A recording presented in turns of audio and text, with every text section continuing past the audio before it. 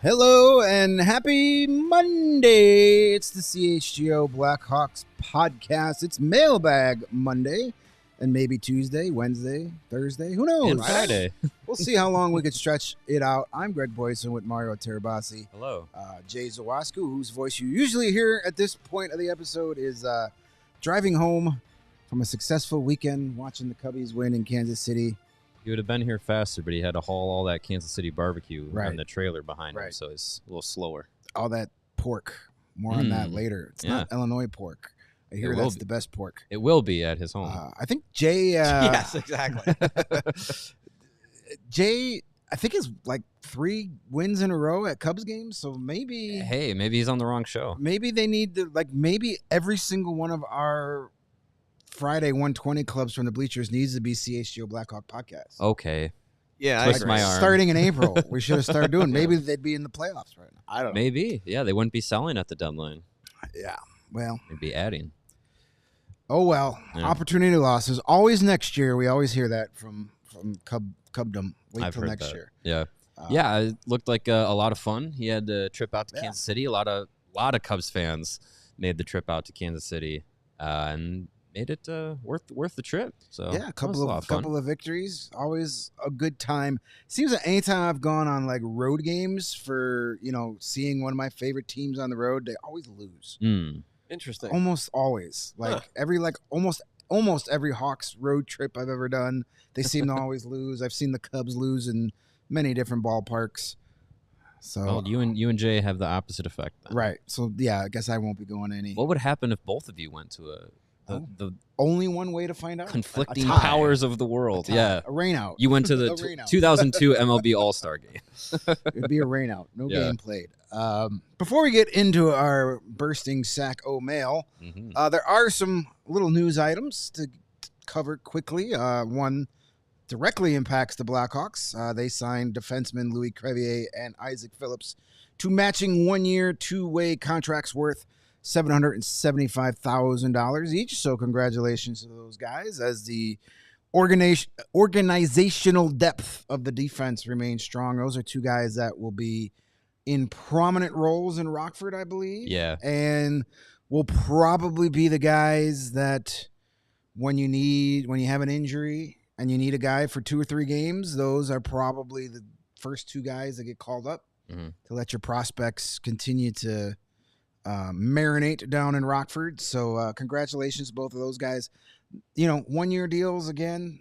Yeah. Obviously, I don't know how in the long-term plans either of these guys are, but I think they're getting leapfrogged with every draft, it appears. But, they're still good enough to play big minutes in Rockford, come up and be a 7th defenseman in injury. You've got Connor Murphy and you've got Alec Martinez and you got TJ Brody. Those are all guys who have dealt with injury problems. Those are all guys who are long in the tooth when it comes to NHL defensemen. So the opportunity to come up and play some games will definitely present itself. Yeah, I mean, and both Crevier and Phillips are still young defensemen. Like we've seen, for the most part, defensemen take some longer paths to develop more often than not. And not to say like, oh, their big breakouts are coming. Like I think that their NHL aspirations are probably a little bit thinner than some of the other guys that are still in the system, but they're still young. There's still some, some steps that they can take to potentially see regular NHL ice down the road in their career. And I think, it's a 1-year deal. It pads, like you said, it pads the depth of the position, which is good. And it's not a bad thing that, if you have an injury or 2, you're not bringing up somebody who necessarily would be more beneficial to have, and like you're not bringing up like Levshinov before he's ready. Like if he's playing in Rockford, you're not taking away, maybe Nolan Allen or something like that from the Ice Hawks. If it's a small stint, it's just like, okay, bring up Phillips, bring up Crevier based on maybe what you need, a left shot or a right shot guy, and then you do it for 2 or 3 games or something like that. Like these are guys that are still developing, still progressing, but still will play a significant role for the Ice Hogs, and will also be able to be plugged in to the Blackhawks and not like take too much away.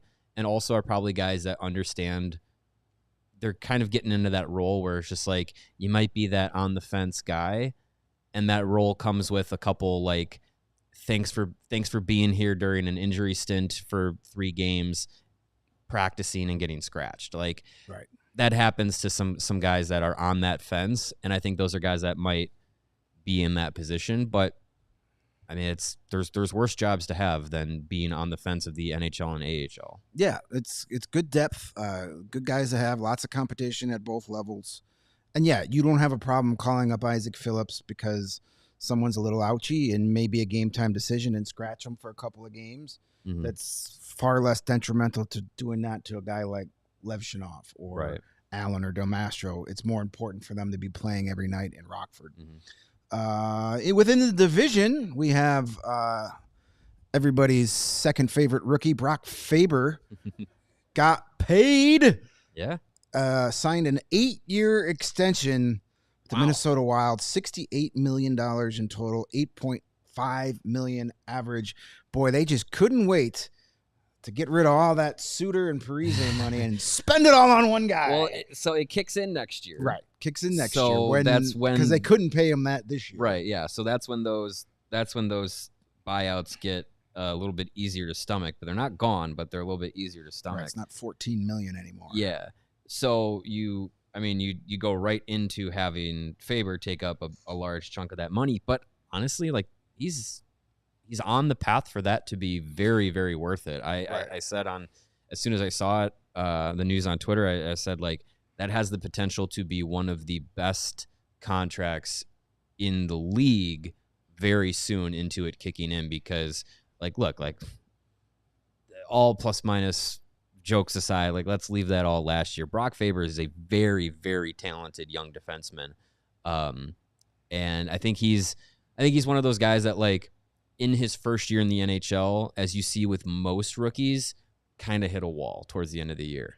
But I think Minnesota is, with this extension, betting that he is going to be even better than the guy he was last year for the most part, and continuing to do that. I think I saw Dom Luszczyszyn of The Athletic with his, cap hit projections and value and everything, said that basically through his prime, he'd be valued as about like a $10.5 million defenseman. Like if he hits those projections, this is a fantastic deal for the Wild. Yeah, and listen, this is something that Kyle Davidson's going to have to do here with multiple guys. Hopefully, if you identify a guy as you're part of our core for forever, lock him up. Don't do that 2 to 3 year bridge deal. Just get him locked in. We saw 6 years for Alec Vlasic. Mm-hmm. So we'll see how that, turns out. But that's a guy that was identified as you're going to be a long-term building block here. So lock him up. Yeah. $8.5 million for a guy like that in 2 to 3 years could look like an absolute bargain. And it's smart to do it now, because if he goes out and has another huge year where he leads the team in minutes and is plus minus, second for another caller. Maybe he finishes a plus this year rather than a minus. Then that 8.5 number probably was going to go up as you got to the end of next season. So yeah, I think that's a really good deal for Faber. I think the Wild are going to be in an interesting spot with their cap situation, but this is a team that their window to do it is kind of now. So it's good to have Faber on that that deal. What's the and that also gets him to be a UFA at 29. And there's always that thing about signing a 29-year-old defenseman to a longer term deal, big money, seems so much more attractive than 30-year-old defenseman. Yeah. So it But gets not him as in good that. as a 28-year-old. Right, defenseman. 28-year-old is like man. That's golden goose. That is. So it still gets him a lot of money right now, and it still puts him in a position where he can sign another big contract when it's done. So a good deal for both sides. And then finally, right before we went on the air, it was announced that Martin Necas and the Carolina Hurricanes have agreed to a 2-year, $13 million deal, 6.5 cap hit. That was a guy we talked a lot about before the draft. A lot. Funny how those things seem to always work out. I want to be traded. I want more playing time. Team gets a new GM. 2 of their top 6 forwards from last year's playoffs are gone. All of a sudden, hey, you want more opportunity? You've got it here. And it's still I think that's a good deal for both sides, and it still gives Necas that prove it. Like 2 years from now, he could be a top free. If he goes out and does what he thinks he can do, he's going to get top 6 minutes now in Carolina with Gensel and Teravainen gone. He'll get big power play opportunities. And if he comes through, that's going to be a good deal for Carolina. And then 2 years from now, he can go out and be a UFA and bring in the big money. Maybe that's a guy that ends up with the Blackhawks after all. You never know. You never know.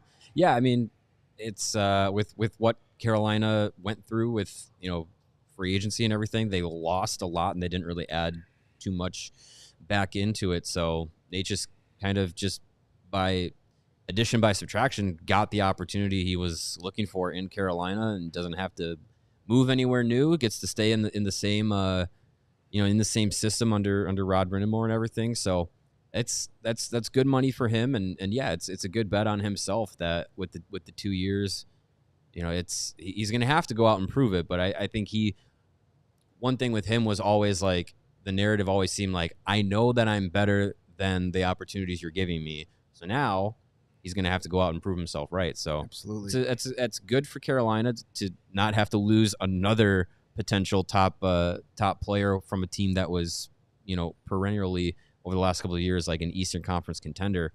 So it'll be interesting to see how it plays out for him. I wish I could get $13 million to bet on myself. Yeah, seriously, that's a pretty good deal. Good Lord.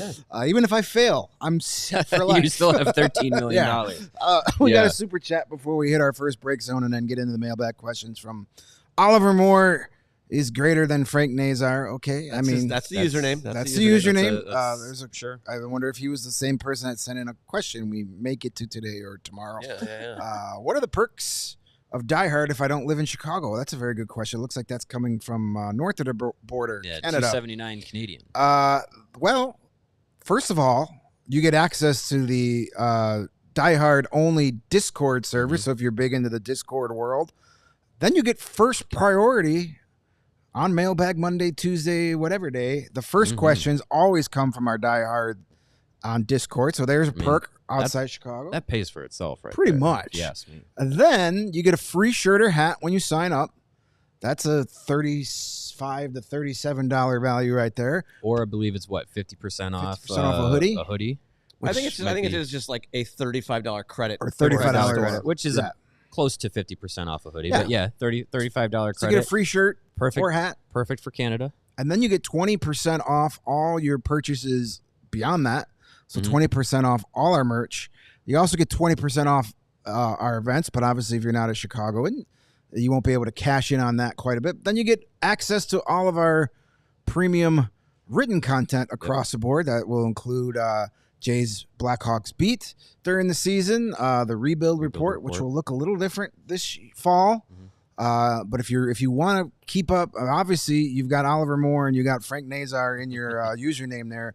You want to keep up on the prospects. Well, being a diehard gets you access to all of our prospect coverage away from the show. So we got some other goodies and nuggets planned for the diehards this season. So it's outside of not necessarily being able to attend our events. There's still a ton of things that being a diehard gets you some fun access to, and you get awesome some stickers, your membership card, and you're supporting us. You're helping us do what we do here, so you will be forever grateful. Awesome and fun stuff. Don't Jason T says you also get access to my feed pic. Don't tease something that's not available. That's on CHG OnlyFans, and that costs a lot more than a diehard membership. Yeah, still worth it though, I'd say. Yeah, I mean, I could tease a little bit. You may get some socked feet pictures, but no bare feet pictures. Socks. Yes. All right, we'll get into the mailbag after we get some words from our awesome sponsors, who are also helping us do what we do here. Yeah. We talk a lot about draft picks on this show. We'll make Ray, Chrysler, Dodge, Jeep, and Ram your number one pick this summer to find the perfect new car for you. This July, shop a wider selection of vehicles at Ray, Chrysler, Dodge, Jeep, and Ram, and score new lower prices across their huge inventory during the Make This the Summer event. For a limited time, you can lease the brand new 2024 Jeep Compass Latitude Luxe for only $189 a month. That sounds like a great deal. Or you can shop over 125 vehicles priced under $20,000. Let the amazing team at Ray, Chrysler, Dodge, Jeep, and Ram help you find the perfect vehicle at the perfect price, because with Ray's Price Promise, the numbers you're hearing now are the same prices that you'll find when you shop in-store or online. That's because Ray's Price Promise means no price changing, no add-ons, no hidden fees, no shenanigans. Since they prioritize affordability for their customers, hurry in the Ray, Chrysler, Dodge, Jeep, and Ram today and shop one of Chicago's largest inventories. Then drive home with more money in your pocket than you expect. So if you're in the market for a new vehicle, and you have to check out the team at Ray, Chrysler, Dodge, Jeep, and Ram, because they're the only team we recommend. Visit them today on Route 12 in Fox Lake. For more information, head on over to raycdjr.com. Servicing the community since 1963. Yes. And you know what? You can haul in your new Chrysler, Dodge, Jeep, or Ram tons and tons of pork, because it is grilling season, and that's when you need to get your pork.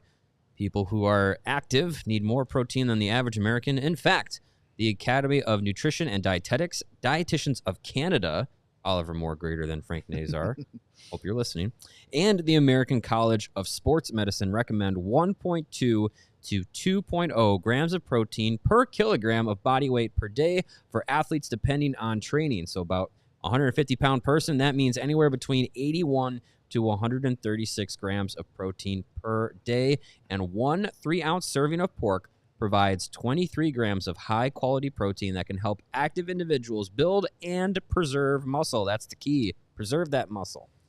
The International Society of Sports Nutrition recommends that people who are involved in a general fitness program or who are interested in optimizing their health eat low-fat, high-quality sources of protein, which include lean cuts of pork.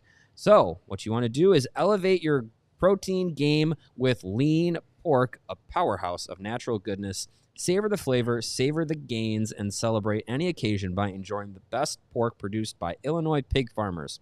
From your sausage and bacon for breakfast to pulled pork or juicy chops hot off the grill, it's an entire season dedicated to pork and the people behind the product. Paid for by the Illinois pork producers, generations of commitment. Speaking of pork producers, our guy Charlie, looks like we're getting our bacon platter this week. Oh my gosh, big Charlie! Week. Yes, let's go. Big week. Let's go.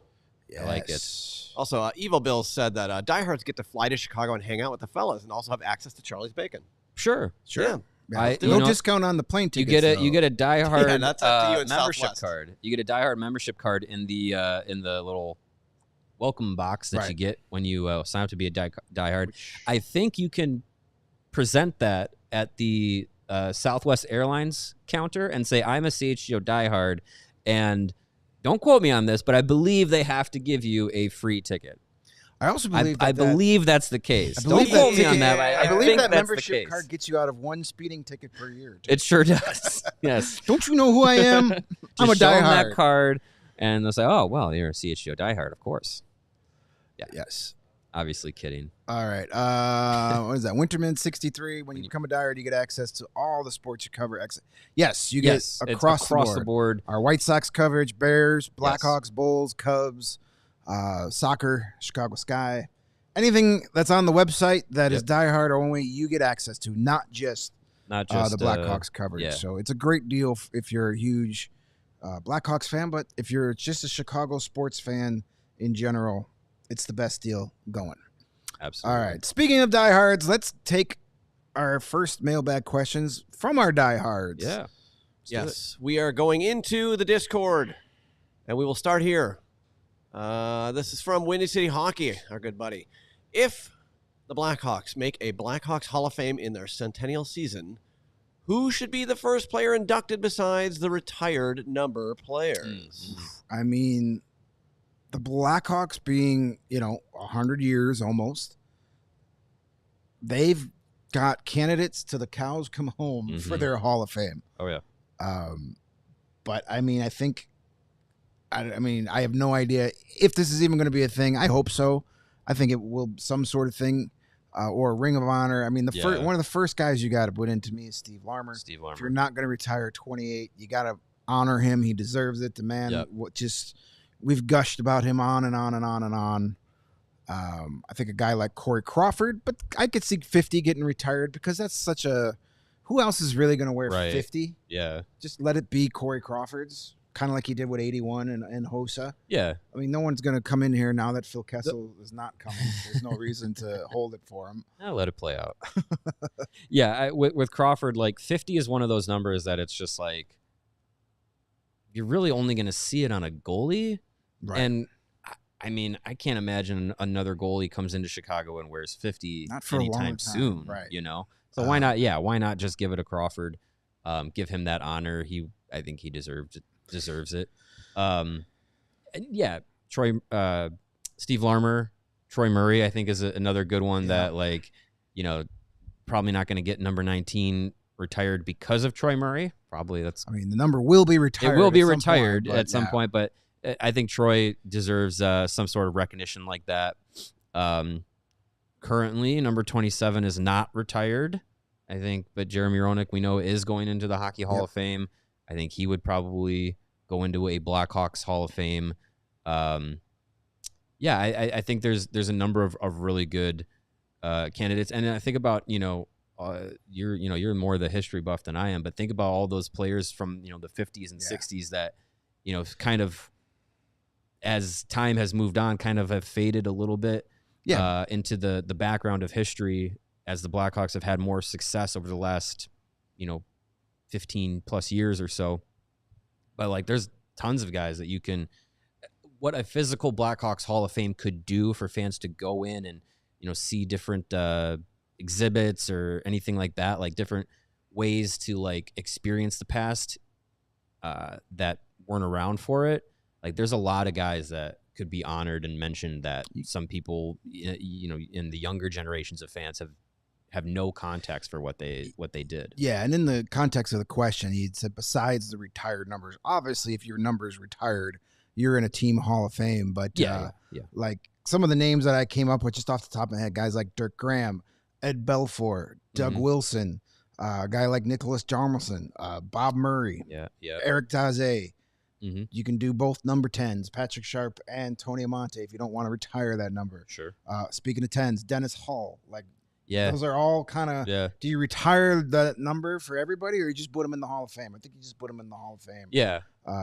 We mentioned Jeremy Roenick. Bill Mosienko is one of those guys from the past. Guys like Pitt Martin, another name from the past, and Eric Nestorenko. Those types of players. Tons of them. Tons of coaches throughout the years. Oh, you can even induct entire teams. You can induct the 2009-2010 Blackhawks and have a reason to bring the whole team together for a whole weekend celebration. Yeah. And then a couple years later, you do the 2013 team and then the 2015 team. Just reasons to get, that community back together. LC Court's another good one. LC Court, tons of guys like that. Gary Suter could be a guy. We mentioned Bob Probert, definitely deserving of it. So many guys. Pat Foley. Yeah. Dale Talon. Get into the you could put Eddie Olczyk in there as a player and a broadcaster. Yeah, broadcaster. So many different options to have. And listen, you can put in 4 people a year and you're still set for the next 40 to 50 years, and you're not running out of people. Yeah, we've already had a decade's worth of names just by listing it off here. So, yeah, I think there's a lot of really good candidates and a lot of really cool things that they could do. We know with the 1901 project that's getting done, it's going to have a lot of updates and a lot of space that's going to be used. So something physical could be done. I have no idea, but something like that could be done. They're expanding the Fifth Third Arena. Something like that could be put there. Like I just think something that you can actually go to, like the Jordan statue. Like think about 365 days a year. The Jordan statue is accessible through the atrium. Yep. And people are there every day. We'll go to it won't be very accessible in a couple weeks. Well, sure. Nothing will be. Well, unless you're a delegate, then you can go see it. Sure, yeah. Okay, well, okay. A once in a couple of years big event. When you and I both worked inside the building at Stadium, and during the end of the major pandemic when we were back in the office, but the United Center was not open yet, it was very sad to see people walking up to the building and they're like, yeah, we're from the Philippines. Yeah. And they can't go in. Well, I didn't experience that, but I agree with your point. It's every day. We go to morning skate and we're walking in and it's people are taking pictures. It's a random weekday and it's 10 o'clock in the morning. And there are people on vacation that just want to come in and take their picture. I always thought it was cool. What country are you from? Tour groups will come in and stop at the statue. So having something like that's accessible all the time, as a physical place to go, I think would be really cool. I think they have a storeroom somewhere full of all kinds of memorabilia. Oh yeah. We see there's some of it at the Fifth Third Arena. They bring out some of it in the atrium when they kind of do those mock locker room stalls where they have old Mikita and Esposito jerseys, like pads and stuff. Yeah. So it's cool. I mean, a physical place where you could teach, you can bring your kids. And not even your kids, you can bring yourself. Bring yourself and learn about the history of this team. It's great. I love that. I hope it happens. Yeah, that'd be cool. I got a sneaking suspicion we'll get something like that, and then start letting the guys in and the women too who are important to this 100%. Organization. There's tons of people that you've probably never even heard of that work in operations or in front office jobs that make this franchise get to 100 years that deserve recognition besides just the guys on the ice. Absolutely. All right, gentlemen, that's a good answer there. Let's go back to the Discord for this one. Oh, yeah, this one from Big Len. Big Len. Last time looking back at the 23-24 season, I promise, there has been lots of talk about certain players being, quote, a passenger or, quote, not accepting their role. But the only player ever mentioned is Tyler Johnson. Surely he couldn't have been the only one. Who else falls into those categories? Well, dun, dun. I would say the reason that we bring up Tyler Johnson is because it kind of seemed like I think we were making those kind of dotting, following the dots on the line of okay, it kind of seems like based on his projection or production, how he was being used, all that stuff, and then how he spoke at the end of the year was just I think we pinpointed all those things. I don't want to be a guessing game of this guy, but I think you can tell by who is here and who's not going into this season. I think is a little bit of an indication. And I think too, there might be some guys that fell into that category that might still be on this team this year because their contracts weren't over. So it's an opportunity for them to maybe hear the message, both I would assume privately and publicly with what is, what was said by Nick Foligno and Seth Jones and Connor Murphy and that at the end of the year, and kind of what Kyle Davidson and Luke Richardson spoke about during prospect camp and everything. You got a new group of free agents coming in that are a lot of veteran guys that have played some hard minutes, some hard games over the years. I think that's something that is going to change a little bit of that locker room dynamic. And any players that may have fallen into that category are really going to have to step above that and work to keep their spots and keep their opportunities that they hopefully don't feel entitled to. Yeah, I mean, just look at the group of guys that weren't brought back. I'm not saying all of them, but they're probably your top candidates. And then, we'll see how training camp works out, but you'll probably get a good idea too, who's playing and who's not when the camp breaks.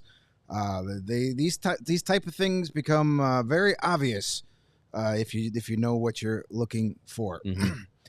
All right, more after this next break. And speaking of obvious, obviously the best sports book to win all your money at is with our friends at the Circa Sports book.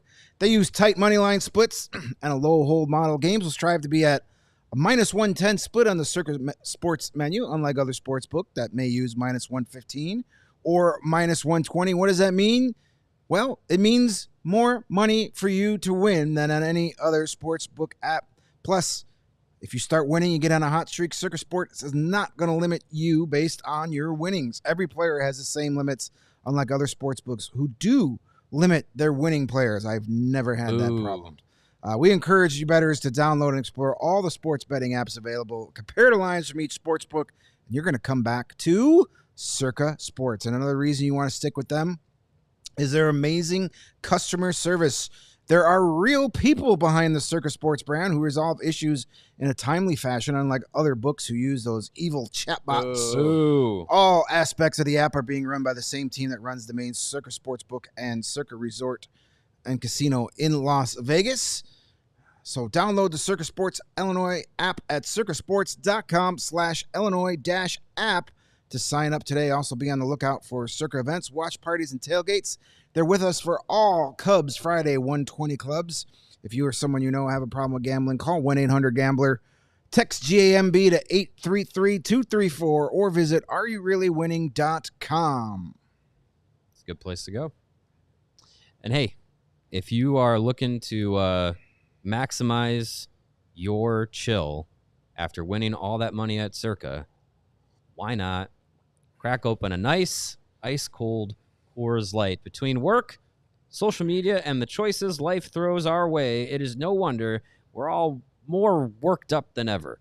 Coors Light celebrates rising above all of that and choosing a chill mindset. Why not turn a rained-out barbecue into a karaoke house party or a tough loss, or after a tough loss, settle scores with an ice-cold peace offering? Make the choice to choose chill, then reach for a Coors Light. It is mountain cold refreshment. Plenty of chances in life to make things feel better by choosing chill, and always by choosing Coors Light. When the mountains turn blue, it's as cold as the Rockies. Coors Light is cold lagered, cold filtered, and cold packaged. It's a lot of cold. For a smoother finish. When you celebrate a chill mindset, it's a good time to choose chill and crack open a Coors Light. So crisp, so refreshing. Make the most out of the times that you choose chill and choose Coors Light. You can get Coors Light delivered straight to your door with Instacart by going to CoorsLight.com/CHGO Hockey. Celebrate responsibly. Coors Brewing Company, Golden, Colorado. All right, before we get back to the mailbag, let's all hit that like button if you haven't done that yet. Boom. Like Spike. We've got half as many likes as people watching. That math doesn't jive. Elbow smash. Make it make sense. Give it an elbow smash. Drop. Give it a stone cold stunner. Give it some sweet trend music. Give it a pop-up power bomb. Yes, it's SummerSlam week. Let's do all the... No, we don't want our listeners hurting themselves. How can you possibly hurt yourself? Don't do any CM Give Punk it a moves. Claymore kick. You'll tore your pectoral again if you do that. Yeah, don't do that. Yeah. Pepsi Phil. Yeah. All right. Back to the sack. Back to the mailbag. Here's information. Our good friend Gravely Diggs, who's in here every show, I know now lives in Arizona, but says he also lived in Round Lake Beach. That's like 5 minutes from where I live. Nice. That's cool. Nice. Right on, Gravely. I like the Round Lake Beach area. Okay, let's And go. beach.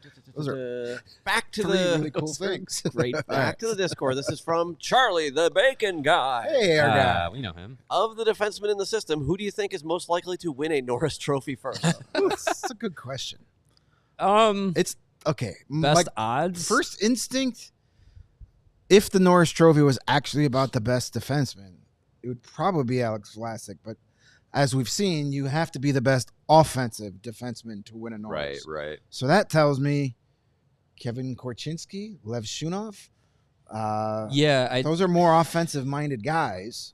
Yeah, I feel like probably the best well-rounded game that would garner Norris consideration.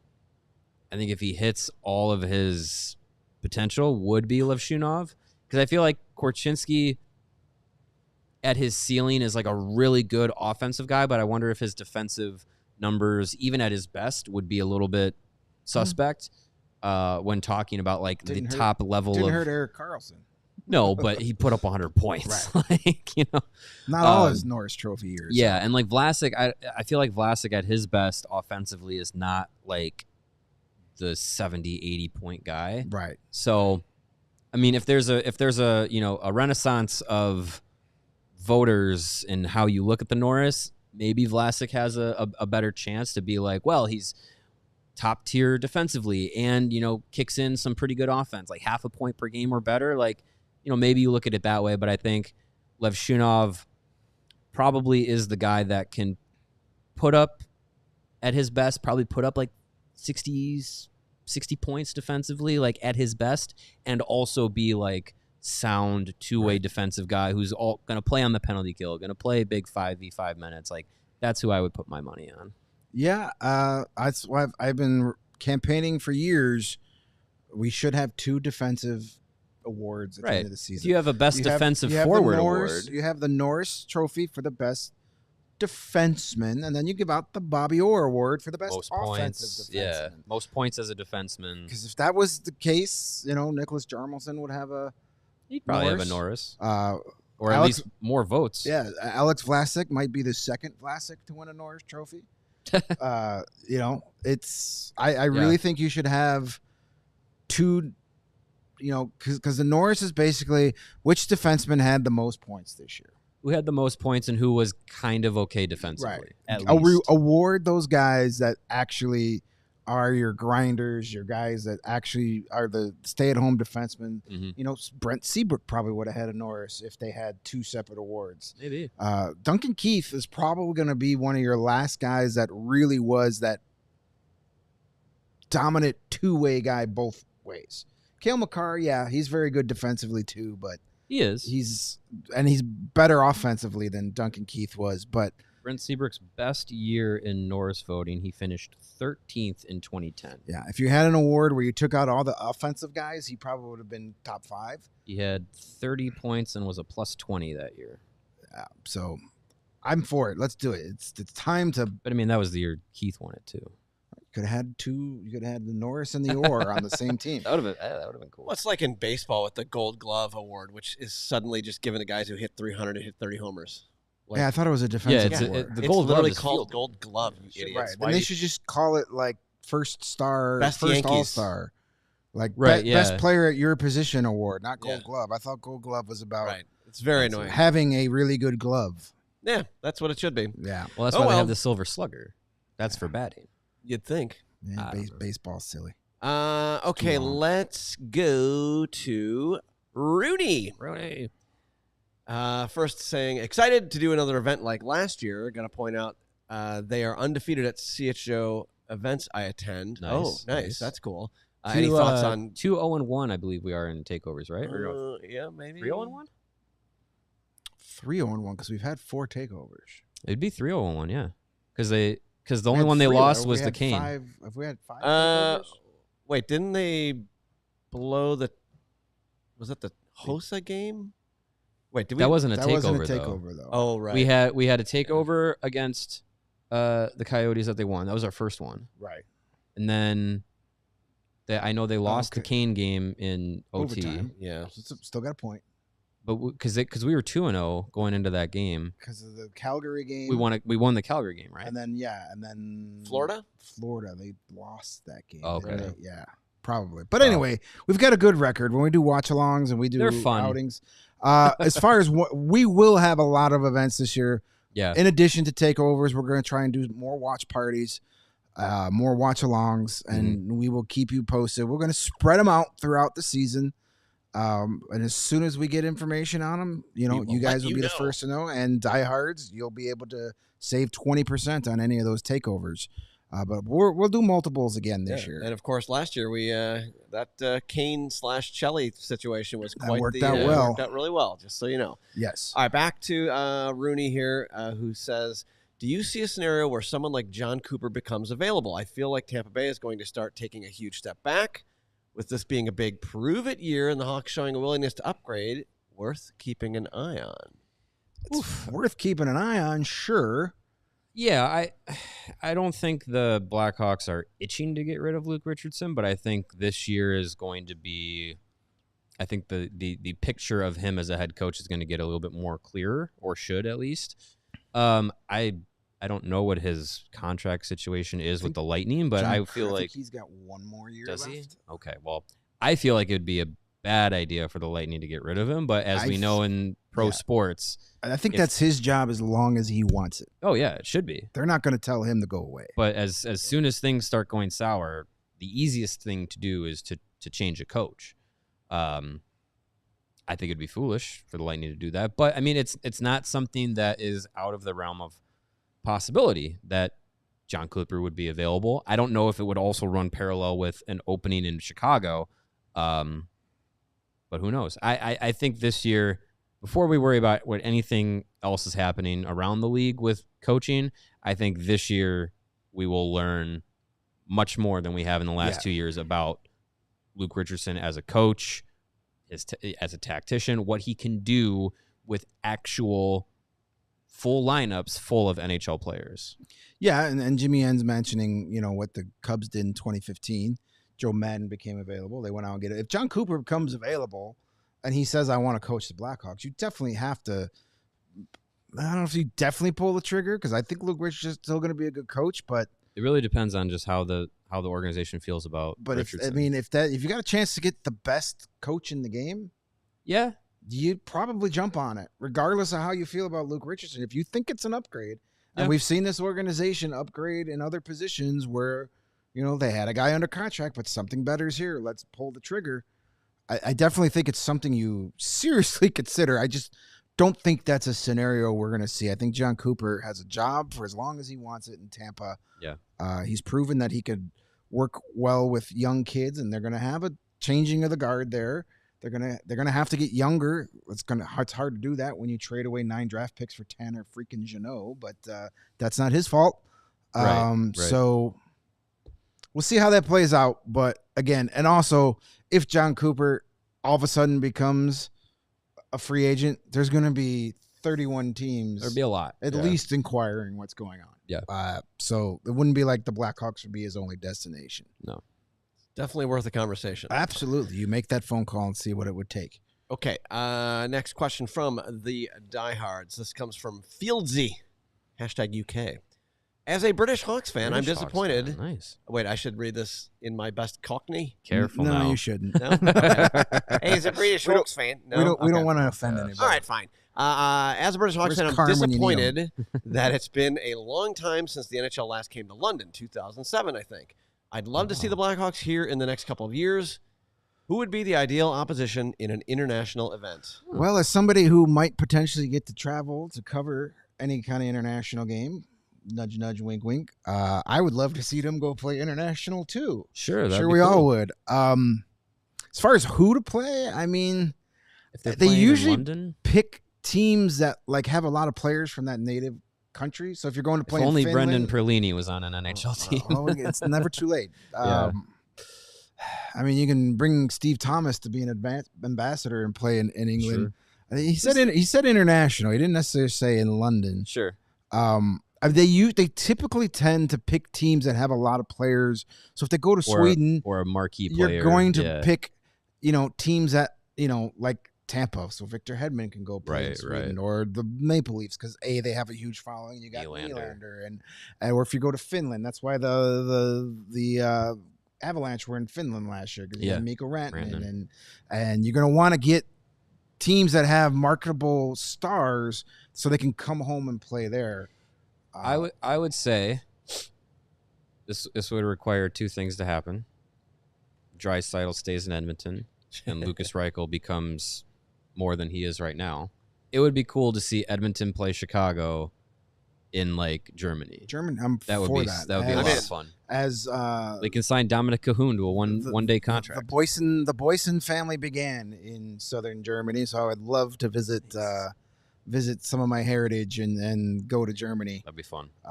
I'm all for it. I'm for the Blackhawks playing anywhere in Europe, cool. and get a chance to do that. That would be so much fun. Yep. And just, if you are interested in London, and, we keep talking about diehard deals, you want to go see the Bears London's play calling, Jacksonville? as they say. There you go, Holly. London go see the Bears. Is calling October 9th, 15th. By July 31st, which is Wednesday, you have to 2 sign up days. to join the Same day to trade your garbage baseball players. Same day to buy. Act now. That's presented by True Fan Travel. We're going to London. By we, I mean not me. Thanks a lot, guys. But anyways, you should go become a diehard, and that will help save you money. And by the way, the MLB deadline is actually tomorrow for some reason. I always thought it was the 31st. That was the 31st. I don't know why the leagues are changing these days that are just normal. Whatever. Anywho, back to the mailbag and back to our diehards. This one's fun. From Nicachino, right? Nicachino. Nice. Who's going to emerge as Connor Bedard's new BFF now that Taylor Radish moved teams? That's a good question. There's lots of candidates. Yeah. I think him and Korchinski are going to be. I don't know if they're going to be allowed to live in the same apartment though. That might be. They've rules against that. They've been around each other for a while. They were teammates at World Juniors and all that.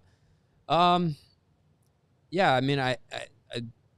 would say Nick Foligno is more of a father figure than a BFF, but who knows?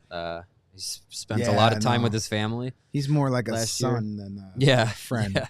Yeah. I don't know. It's a good question. Is it a line mate? Is it Taylor Hall, or is it Philip Kershev, or I don't know. Is he hanging around with Tavo a lot? I don't know. There's kind of an age gap there. It'd be easy to be like, oh, him and Frank Nazar are going to be best buddies, but that would require Nazar to be in the NHL all year, which we'll see. We'll see what happens.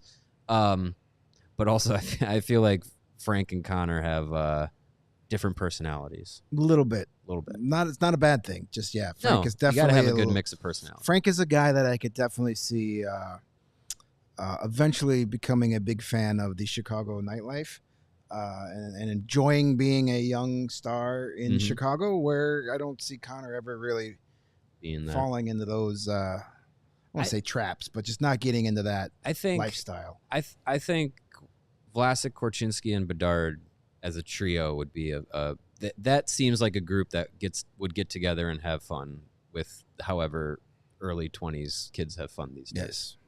Which I don't know anymore. Lots of Ovaltine and board games, I'm sure. Absolutely, yeah. All right, we got one more from the Discord. This comes from Edward Klassen. Finish the Discord on one show? I know, you guys. It helps when there's only two answering the question. It's true, yeah. Not a third guy taking up all the wind in this. Set from Edward.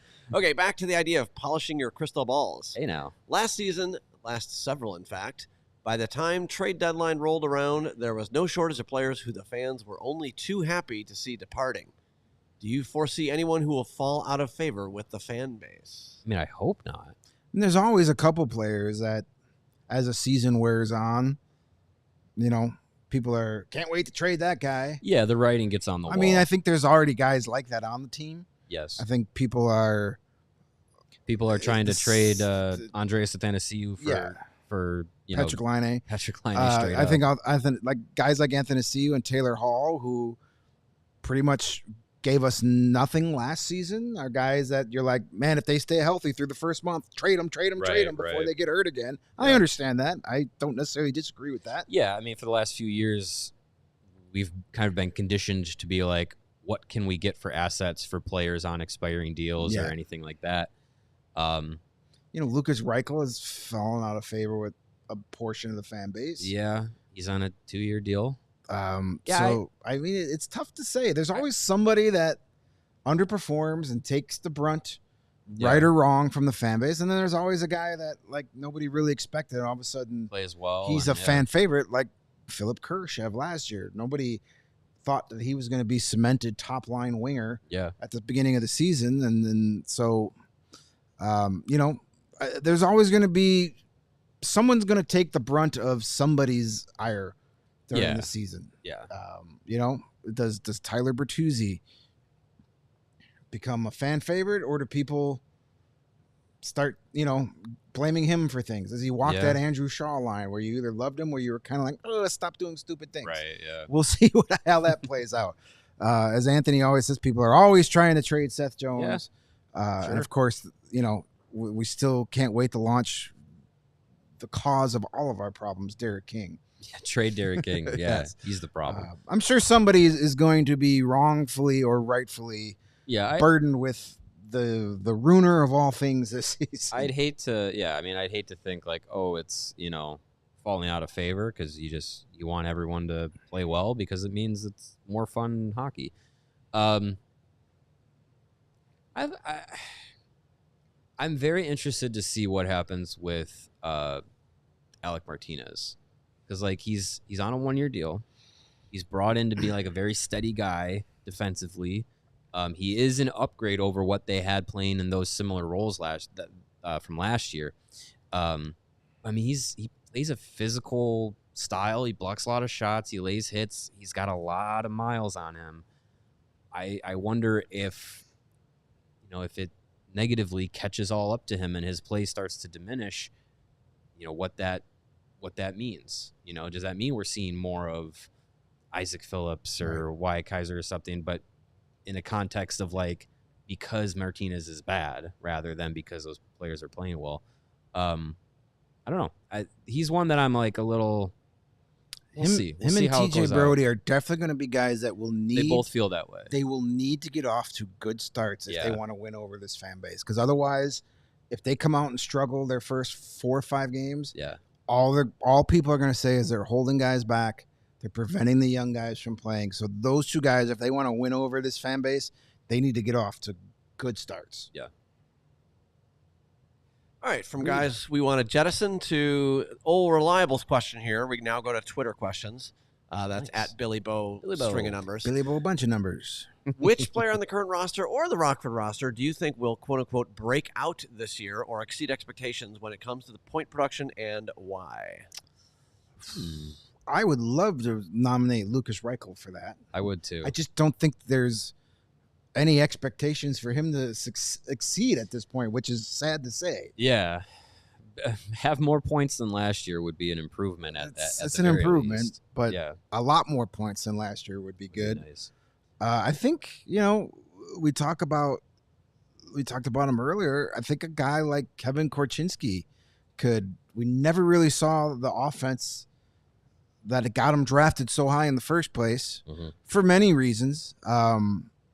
He could be a guy that maybe he makes a jump and puts up 35 or 40 points this year. That'd be huge. Amazing. And that could be one of those breakout type performances we see. What I would love to see is Lucas Reichel becoming this year's Philip Kurashev.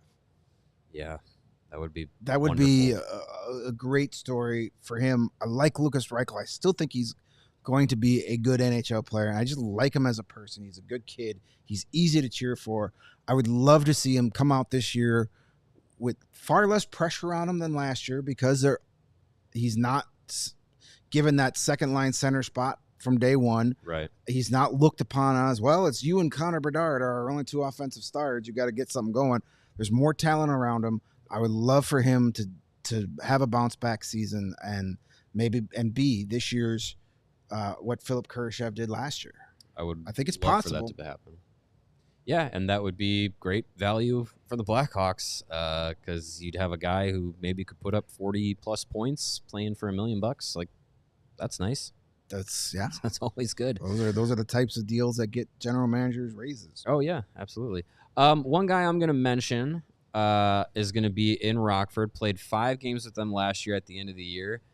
I really think Paul Ludwinski is going to have a really good rookie year. I like the combination of speed, tenacity that he plays with. He's got some good scoring touch as well. I think he's going to be a guy that I would love to be like one of the Ice Hogs like go-to guys this year with a young team, and I think he's going to have an opportunity to do it.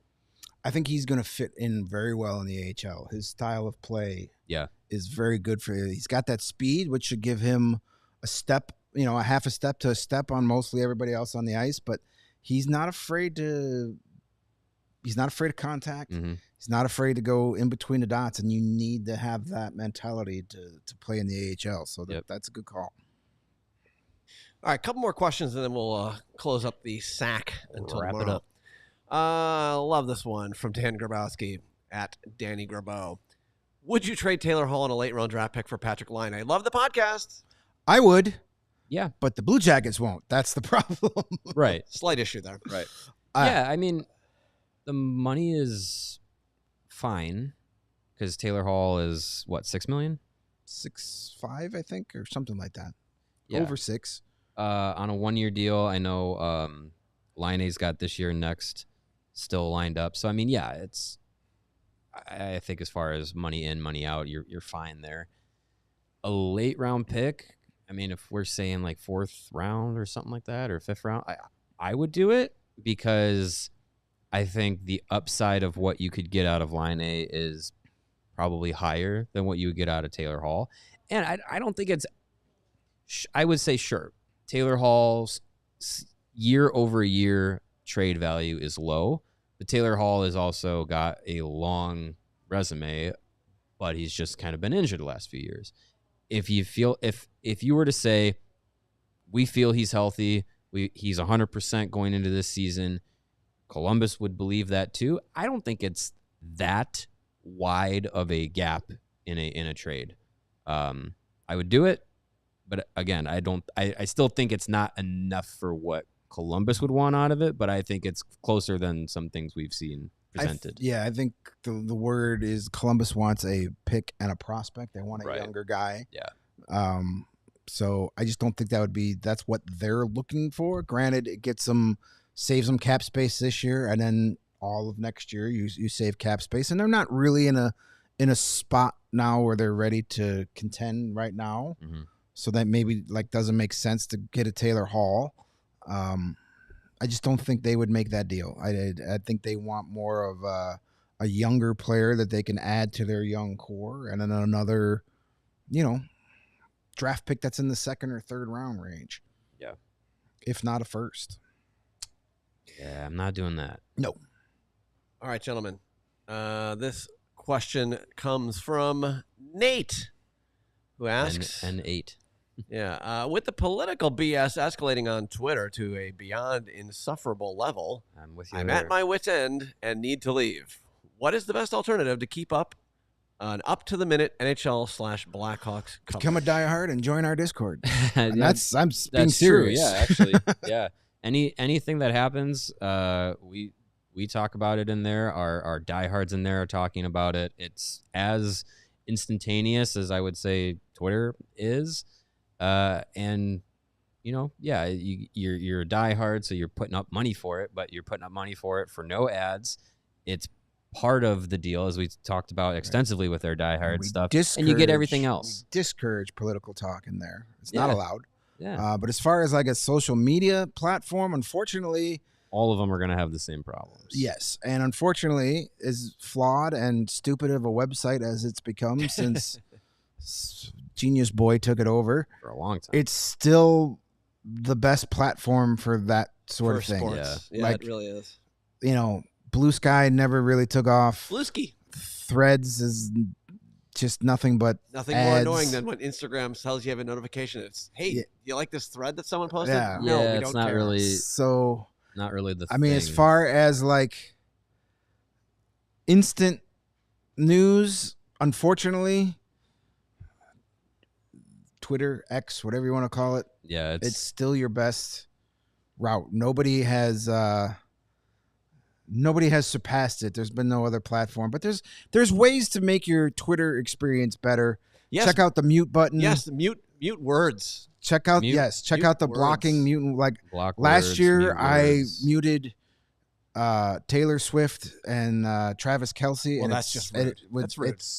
It served so well. You know, Yeah, it's an example of Don't how you can cater Twitter to your needs. follow who you didn't wanna need to hear follow. any of that, No. and I loved all of it. follow who you want to follow and never click on the For You tab. Correct. Don't get out of there. There's ways to That'll make it also better. You just got to put a little work in it. Yeah. I agree. Yes, and as people in the chat are saying, shout out to Gary Ross. Gary Ross Yes. is very, Update. very quick on Gary the Ross on the is, news. Thanks, Gary. Our unpaid breaking news guy. Yeah, we've someone called him Gary Rappaport. I believe Braggs called him yeah? that. Yeah. Okay. We get one more in. No, I think we're good. Let's do it. Let's call it a day. All right. All right. I We're agree. over an hour. Wanted to What do the one hell? more. That's an executive decision. Yeah. I like it. That's why you have executive in your job title. Yeah, sure. All right. Well, that's going to wrap up this Mailbag Monday. We have a few questions left over for tomorrow, but not as many as usual. No, we actually have a bunch. Okay. there's So at least a we dozen. will have Jay. Oh, Back I know here what we're talking tomorrow. about tomorrow. Indeed. Oh boy. that should be Yeah. fun. Here we go. Uh, Yep, we got our topic for tomorrow. So you're gonna have to tune in to find out what Yes. we're talking about. But Jay Yeah. will be back here. We'll do. We got our bacon party. Oh yeah, Yes, bacon tomorrow party. from Roll. Yeah. from April. I mean, it's only almost August, but Hey, we could do it's it. all right. I don't. It's, yeah.